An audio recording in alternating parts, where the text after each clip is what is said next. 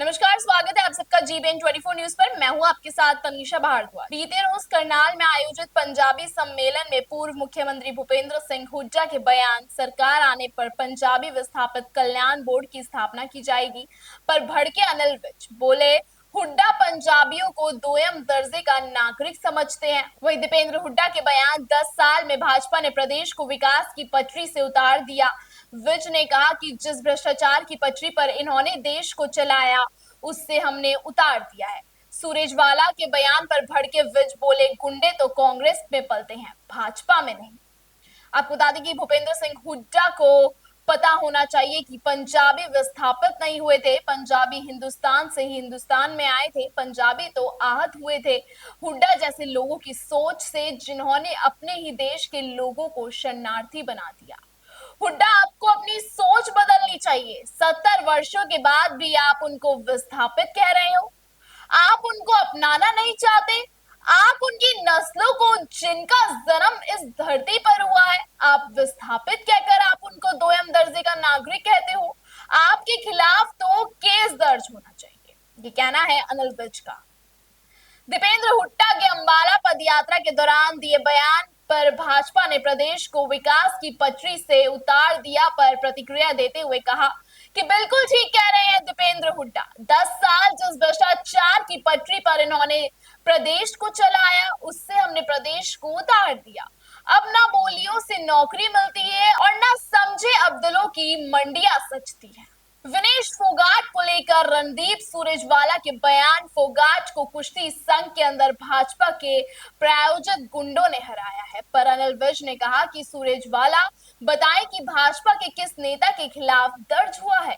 अगर मैं बताने लगूं कि कांग्रेस के कितने नेताओं के खिलाफ केस दर्ज हुए हैं तो समय बीत जाएगा। गुंडे तो कांग्रेस में पलते हैं, भाजपा में नहीं। भूपेंद्र सिंह हुड्डा जी को पता होना चाहिए कि पंजाबी विस्थापित नहीं हुए थे, वो हिंदुस्तान से हिंदुस्तान में आए थे। पंजाबी तो आहत हुए थे हुड्डा जैसे लोगों की सोच से, जिन्होंने अपने ही देश के लोगों को शरणार्थी बना दिया। हुड्डा जी, आपको अपनी सोच बदलनी चाहिए और 70 वर्षों के बाद भी आप उनको विस्थापित कह रहे हो। आप उनको अपनाना नहीं चाहते, आप उनको अपना बनाना नहीं चाहते और आप उनको आज भी और उनकी नस्लों को, जिनका जन्म इस धरती पर हुआ, आप विस्थापित कह के उनको दो दर्जे का नागरिक बताना चाहते हो। आपके खिलाफ तो अभियोग चलना चाहिए, आपको सजा दी जानी चाहिए। आप इस शब्द का इस्तेमाल कर रहे हो।